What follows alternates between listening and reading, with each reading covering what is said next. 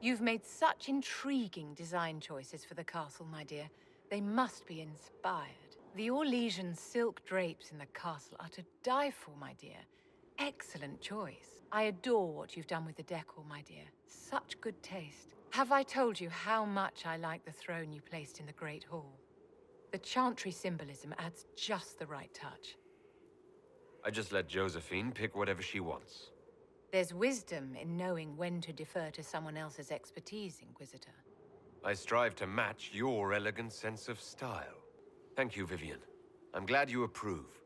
When things have settled down a bit, I will take you to Val Royeau and introduce you to my seamstress.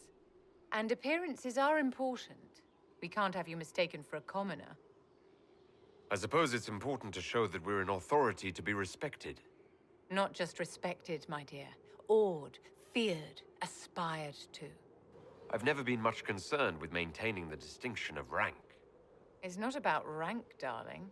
It's about power. I can't let them think Andraste's herald is hung up on material things. Of course not, my dear. But you also can't allow the powers of the land to think you run this organization on prayer alone. What's wrong with being a commoner? There's nothing wrong with your birth, my dear, but you need to be an inspiration to the people. If I want them to see me as a man of the people, I should look like one of them.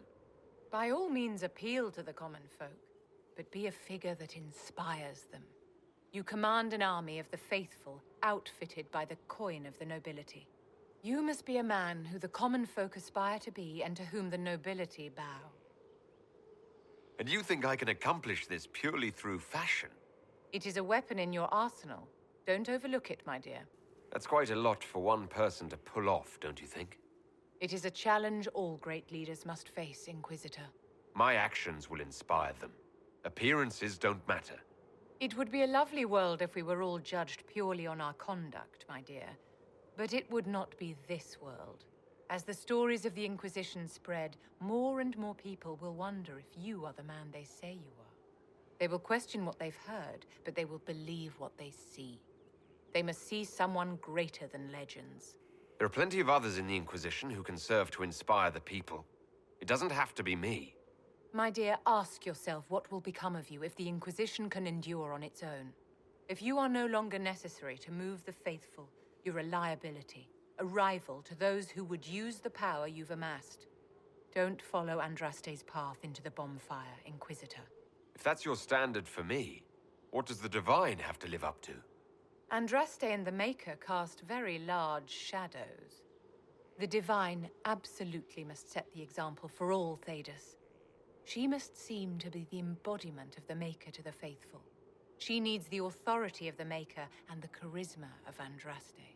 It will be no small task to fill that vacant throne. And if I don't live up to the stories, what can I expect from the disappointed masses? There is nothing more vicious than the public turning on a fallen idol. They will blame you for not being the hero they wanted. Their anger will be like a hornet's nest smashed open. All of this seems shallow and trivial. People at their hearts are shallow and trivial, Inquisitor. If you want to rule them, you must understand that they are simple creatures. Simple and vicious. Respect that, and they are easy to control.